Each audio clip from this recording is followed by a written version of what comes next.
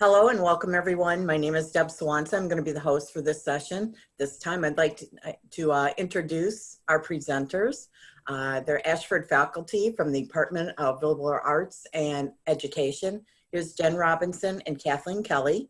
Their presentation is called Interventions for Student Retention. Thank you so much, Deb. So this topic is probably going to generate lots of ideas and suggestions. And if we do not get to yours during this time, just know we're going to have a couple of interactive opportunities during this presentation for you to share your valuable ideas because we do not want them to be overlooked. Great.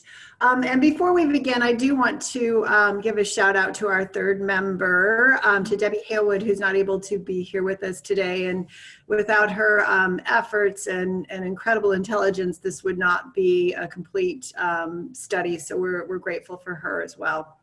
So to start with, what's our purpose? Why did we do this? Why, other than we hear that retention is pretty much everything? So we were members of the Student Success Committee, and we had this gut instinct about why our students leave. But we were not sure why. We just wanted to start to explore that and figure out how we could make our students more successful. So we were able to acquire the student withdrawal surveys so that we had data to help figure out our ideas.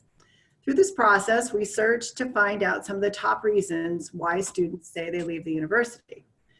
As we started to gather this data, we realized that some of the reasons why students leave were outside of our circle of control. Rather than grumble that we have no power over those reasons, okay, let's be realistic, we might have grumbled just a teeny bit. But we decided to focus on what was within our control. So that's when we revisited the research. While we continued to look at those factors that are outside our control, that's why data is important, it was empowering to focus on areas we can influence. Of course, this may be different depending on what your role is. Lead faculty, core faculty may have more of an influence than a part-time adjunct faculty member. So as part of the Student Success Committee with the wonderful Jen Robinson as our leader, we wanted to determine what we could do to ensure that our students are successful and complete their degree. As you know, retention is our university-wide goal as well as the focus of the committee, so we were all very vested in this topic. In the former College of Ed, we also had our retention as part of our yearly goals, our Boyer goals, so we needed to discover what we could do to make a measurable difference. We included strategies in our goals such as office hours, connecting with associate faculty, connecting with students, reaching out more. We had just a plethora of ideas and reasons. But we didn't know, is this what our students need? Are we just throwing great ideas out there? We needed to see why our students were leaving the university. So we began reviewing these exit surveys through the faculty lens, with our main questions being, what is in our control? What can we do? And what is out of our control? Jen.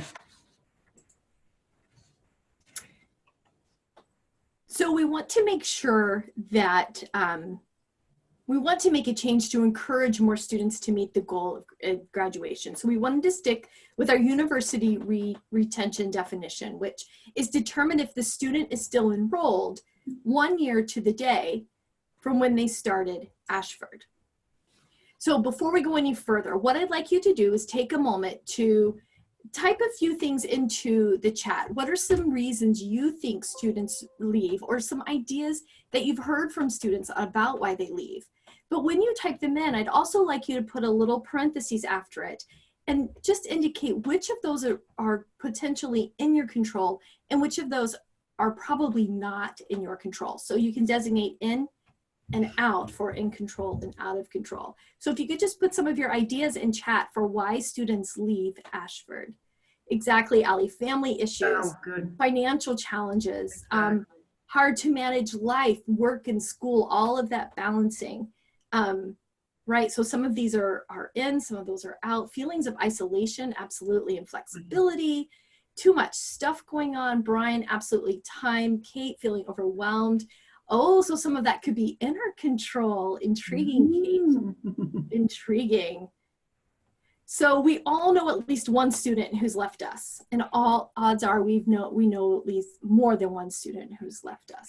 So I agree, Holly, they've overextended themselves. So keep putting your ideas in there, and we're going to come back to that in a few minutes. So we had, like KK said, we had this gut instinct about why our students leave. So we looked for those student withdrawal surveys with the help of Debbie, and we were able to look to the research and start confirming and denying our suspicions. And as we started to gather data, we did realize some of the stuff that they're telling us was not in our control. So these are some of the things that we came up with. Students are confused. They're feeling that they need extra help or intervention. The pacing of the course might be difficult for them. Maybe they had difficulty with the subject matter or the content. Maybe they had issues with an instructor. Maybe they had technology issues. That could be anything from, in my last class, a student's daughter spilled juice into her keyboard and she had no other technology, all the way to our students who lose internet for whatever reason. Maybe some of our students need more flexibility, and then perhaps there were issues with course design. So as you start thinking about these things and things you might do to circumvent some of these issues for students, just keep those in the back of your mind. We're going to make a collective of your ideas very soon. I wonder if some of you had looked at those exit surveys as well, because if you noticed, a lot of your comments were exactly the same as what Jen had just shared. So I wanted to share a couple of what our students said that is in our control. So if you look at these, I want you to go ahead and review them, but the ones that kind of stuck out to us were too time-consuming, courses that are not designed for working adults. So think about that. Those of us that do write curriculum and are in charge of our courses, what could we do to make that more manageable? Frustration from a lack of interaction in real time with instructors. So let's just take a minute and think about that. In those condensed 5 or 6 weeks, there's not a whole lot of time. So if a student emails you at 7 p.m. and you're not getting back to them till noon the next day, to them, that's an eternity. So it's that real-time connection that they're missing. So go ahead and look at these and see what is it here that's within our control. Do you see some of the comments that you made in the chat? Do you see anything there? What would you think your students say? If you're teaching a class right now, and if you had a student that's on the verge of heading out, what would they say? What would you think that their reason would be? And then let's just focus on that instructor and what we can do to make change. Go ahead, Jen, your turn. So there are things that are in our control, but then there are some things that are outside of our control. We wanted to make sure that we gave time to those things students were telling us that we have no control over. And these again also reflect a lot of what you said, work obligations. We had a student who had twins by emergency C-section, moving to a new location.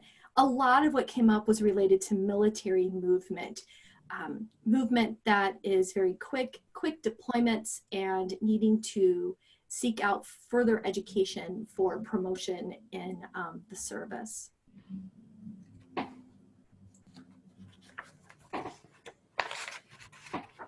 So deciding on what was in our control and coming up with ideas to propose to our colleagues was a collective process between the three of us, brainstorming, weighing possibilities, and dreaming of utopias.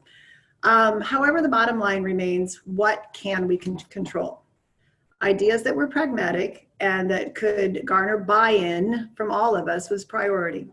To help students balance work, life, school, an idea was proposed to provide a scope and sequence, if you will, of the courses in order to help students divide the large list of work into manageable chunks. And this is something that Jen has been doing, and it's just been incredibly helpful because the students see a clear picture of the first, then, next, finally. And we are very fortunate that many of the initiatives that are under the way to help faculty address some of these issues. As members of the Student Success Committee, our goal is to make sure that the message of these resources reaches across the campus. So if you look at the list here of what our university is already doing, I'm sure these are a lot of things that you are aware of, and some of these were specific to the College of Ed. We do that College of Ed 101 is a wonderful course that Debbie Carpenter and Julie, that I've just lost Julie's last name for Atkins for some silly reason, thank you, that they had created, and we're using that in addition to reaching out to our course design professionals to come up with additional ideas to make our curriculum more engaging. So some other things that we came to propose were a resource list. So I created a resource list for our associate faculty to share with their students, because we always get that, I don't have internet, I don't know what to do, or I'm not sure how to get a hold of this book, or what do I do if I can't? So I have a list of simple things like Starbucks and McDonald's and the library, and here's where you can go, and there's where you can use other options other than the computer at home. And then whom should we contact? So who could we contact to get more assistance? And that's your lead faculty or core faculty and the student success committees throughout the university. So go ahead, Jen. Excellent. So what I would like you to do after I go to our next slide, voila, I am sending you a Google file link. There it is. And I would like you to open that and think about, as you're opening that, think about the reasons you put into the chat. Reasons students leave, but are in our control. And I would like you, let's get a repository of stuff together. What are some things we can do? Or what are you doing that we need to know about that is going to help with that retention initiative we have? What is going to help our students feel like they can stay, that they can reach out to us, that we're helping them? And somewhere I have it pulled up here on my screen.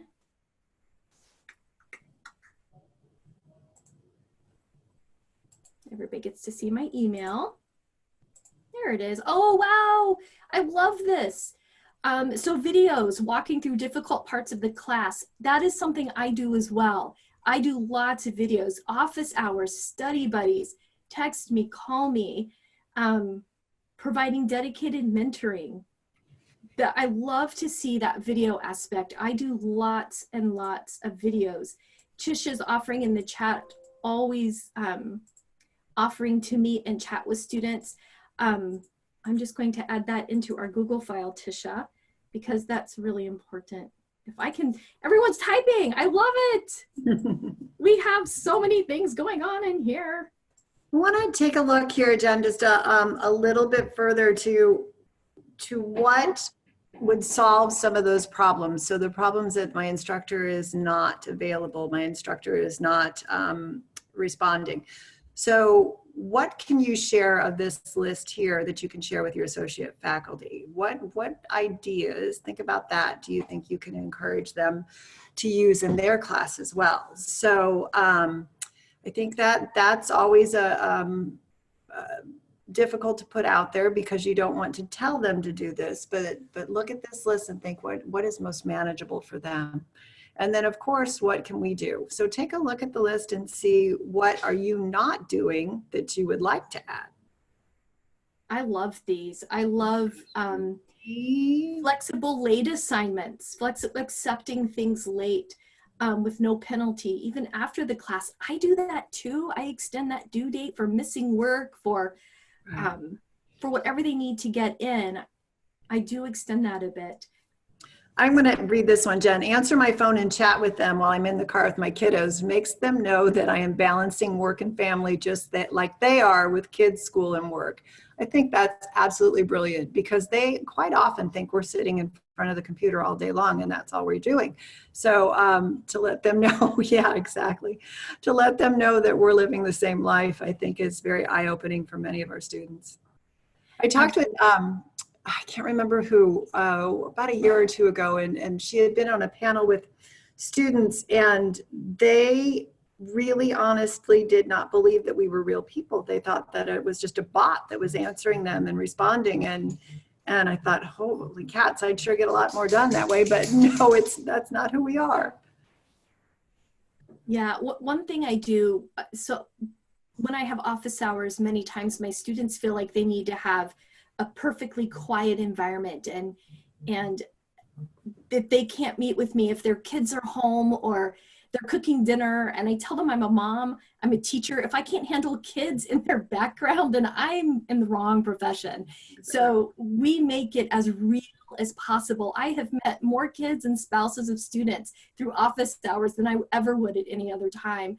And it just becomes, when we sign in, kids will come through and say hi, spouses will come through and say hi, and we just allow it to be an authentic moment, and we get work done. So just as much as we can, like KK, or as listed here, just letting them know we exist and we're real. We are moms, we are dads, we are partners, and it's okay. It's okay to not have a perfect environment, because school's messy. Yes. We spent a lot of time just talking over these exit surveys. They were very eye-opening, and I'm going to say just a little bit emotional for us, because there was so much, we're educators, we want to fix, we want to make sure we can go in and do that. And there's a lot that we can't fix, of course, for our students, but we can support them, and we can be there, and we can be flexible, and we can just send a quick note that says, hey, checking in, hope you're doing all right. So just those little things, I think, will make that retention number increase. Yeah. And if you're not using Civitas, that's one way to connect with students as well. I really hit it in week 3. Today was the day where I sent out the hurrah, you're doing a great job, with the cute meme. And then for those who aren't doing so well, I said they have, there's a picture of somebody drawn on the beach, are you okay? And then I send that to them, letting them know I'm here, reach out to me. Life is not going to stop for their school, so we need to come up with a plan. And that really goes back to that flexibility and working with adults. So I love the things you have put in here. If you've put things in the chat and you're not in a place where you can open and move that stuff to Google, please feel free to email me. It's just the usual jennifer.robinson@ashford.edu, and I'll add them, because this is a great place for us to start as we're moving forward and looking at different ways to help students to maintain retention. We now have just put some collective ideas together to look at some, to share with our associate faculty as well, these ideas to help build the community, to allow students to grow where they need to grow. I do want to reiterate something though also, Jen, is that there is, as you saw that list, there is quite a bit that's outside of our control. There is quite a bit that, all the notes and the videos and the calls and are not going to change.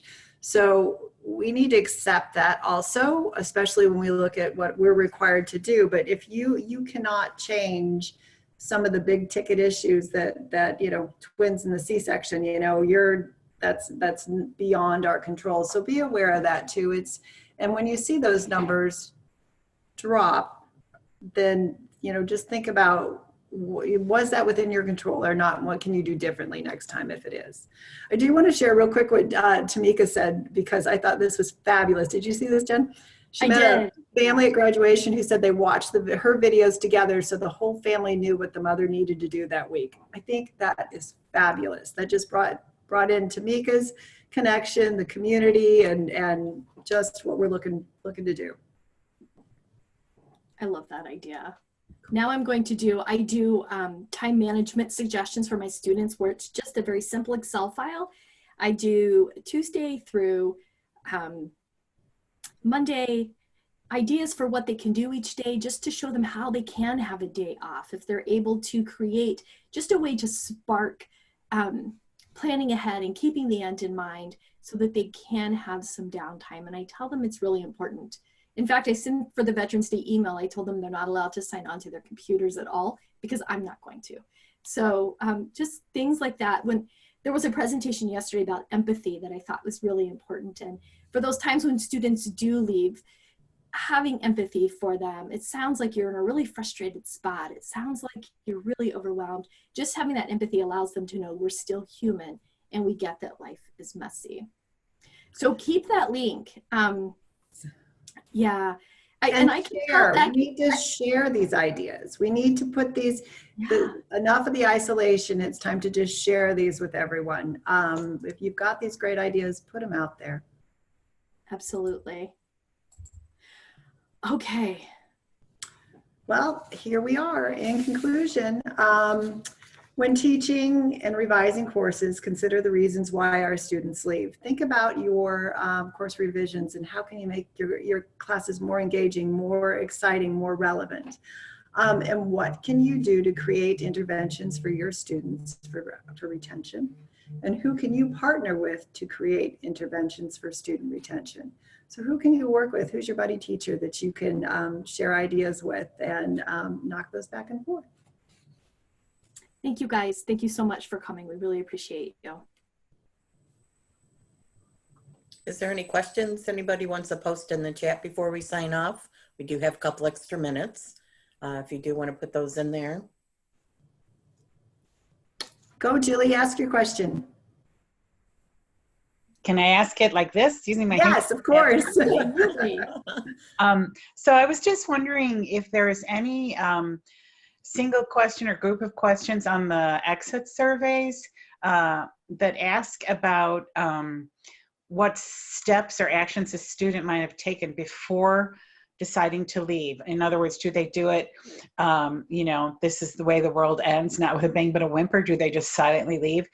Do they try to reach out to someone? Are there any ways that we can find those students just before they're thinking about leaving and, you know, do some intervention? I did not see that question on those surveys. The questions alluded more to why did you leave? Mm-hmm.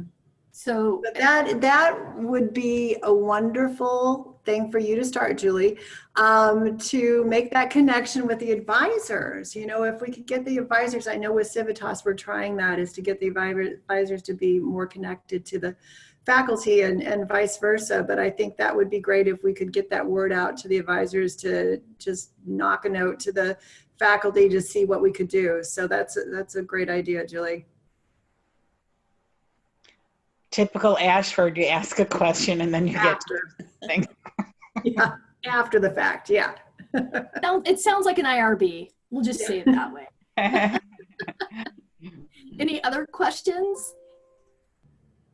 I'm going to practice teacher week time. All right, Jen and Kathleen, thank you for your wonderful presentation. I think you opened our minds to finding ways to create solutions for students and to reach out and maybe be a little inventive ourselves as to how we can help retain them and make sure that we're offering them the support that they sometimes need and are challenged so that they can be successful. We don't want to lose them if this is something that they really dream about doing. So again, thank you for your wonderful presentation and thank you for those that are in attendance, and enjoy the rest of TLC.